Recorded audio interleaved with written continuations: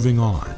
I saw 2 videos recently by Jenny McDermott expressing her feeling as a woman having to use restrooms shared by trans women. Now, at this point, you can call me a cop-out as to why I won't expound on my views on the bathroom issue itself and where trans people should go and all of that. And I would probably be seen as a betrayer in the eyes of a relative of mine. But I feel the conversation is best resolved between cis women and trans women, and most likely a bunch of lawyers. But as Jenny was talking, I agreed with her side of the argument because it was the angle that she was presenting having to do with her comfort, knowing the long history of male sexual assault in spaces meant for women. In other words, men could very well try to pass themselves off as trans women to take advantage of the situation. And as an aside, no, I do not believe that trans women themselves would pull any kind of shit. I believe that they are just wanting to go to the goddamn bathroom. Anyway,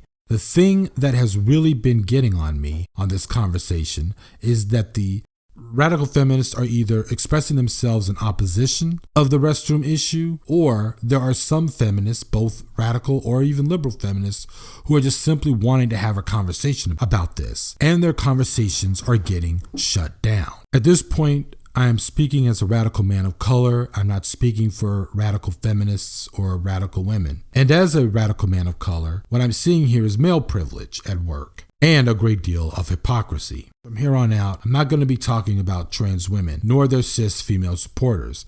At this point, I want to focus on the so-called male feminist, and this is one of the reasons why I don't identify as a male feminist myself. These dudes really don't see how their privilege is taking advantage here. First, you're not a woman, so you have no idea what it is like to be in a vulnerable situation in public as a woman in a space where you're supposed to be safe. And rather than trying to listen to women's arguments on this, male feminists and other progressives want to play moral police and attack women who are expressing their opposition to whatever laws are coming down that will compromise their sense of privacy. Male feminists, when did we win the full rights of women? When did we make the glass ceiling go away? When did we dismantle patriarchy? Have we eradicated misogyny from the way we socialize men and boys? Have we helped to do that yet? What about rape? Have we taken that out of our culture and society's streets and homes? Have we actually made society safe for trans people? No? Okay. So none of that has happened yet, but you can put all your energy into showing up at people's conferences where you aren't invited. You could show up at their literature tables and confront them. You can come to their social media blogs and forums and YouTube channels to call people TERFs and say that they're bigots, when you have not defeated the real bigotry that's systematized and fully functioning and protected to this very second.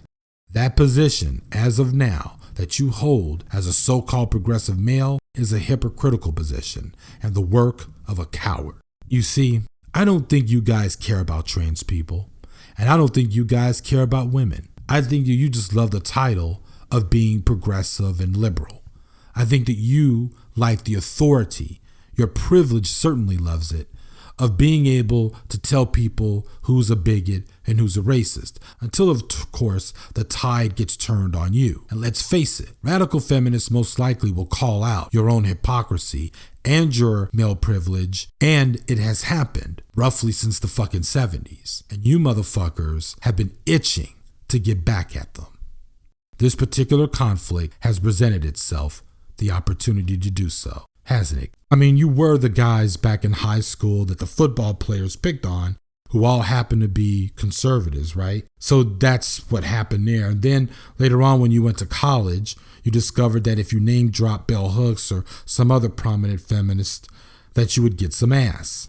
I know what I'm talking about. You don't get to learn about what kind of sharks are in the ocean unless you've swam in those same waters. So fuck your posturing. It's all based on your privilege and the feeling that one kind of woman you can't roll over without looking like a patriarch is the radical feminist. And that is on the trans issue, where you're trying to look like a hero. You use your voice in this fight to weigh in because you feel like you can, and you feel like you can because of your privilege. This fight, as I see it, is between women and trans women. It is an A and B conversation, and you so-called male feminists need to CiS your way out. All right, that was fucking corny. But all views on what I've just said here are welcome in the comments section. So thank you. This is the Garage Autonomist.